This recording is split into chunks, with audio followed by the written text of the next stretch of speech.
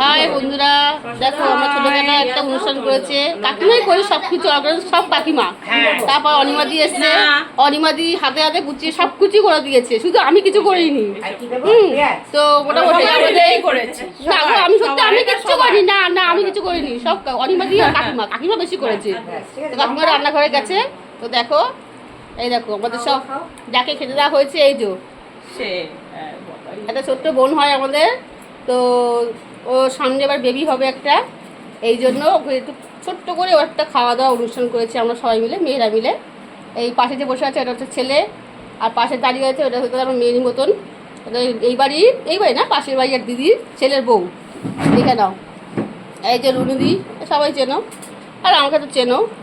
এটা কেউ দেখে নাও, এটা অনিমাদি। আর এই হচ্ছে আমাদের মেন কাকিমা। কাকিমা টাকা একটু, কাকিমা টাকাও এটা হাই করো কাকিমা। হ্যাঁ ওইসব করে তো খুব সুন্দর হচ্ছে, ভালো লাগে কাকিমা। কাকিমাকে ফটোটা হ্যাঁ, তো একজন মিস গেছে কুমকুম দিও নাই। তো ও আসলে আরো বেশি মজা হতো।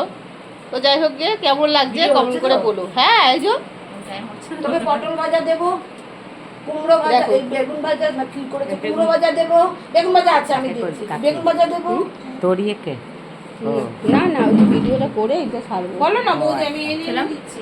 খাও খাও, দেখো বোনটা খাচ্ছে, দেখো কিছুই করিনি, খাবারটা কাকিমাই সব কিছু এ করেছে।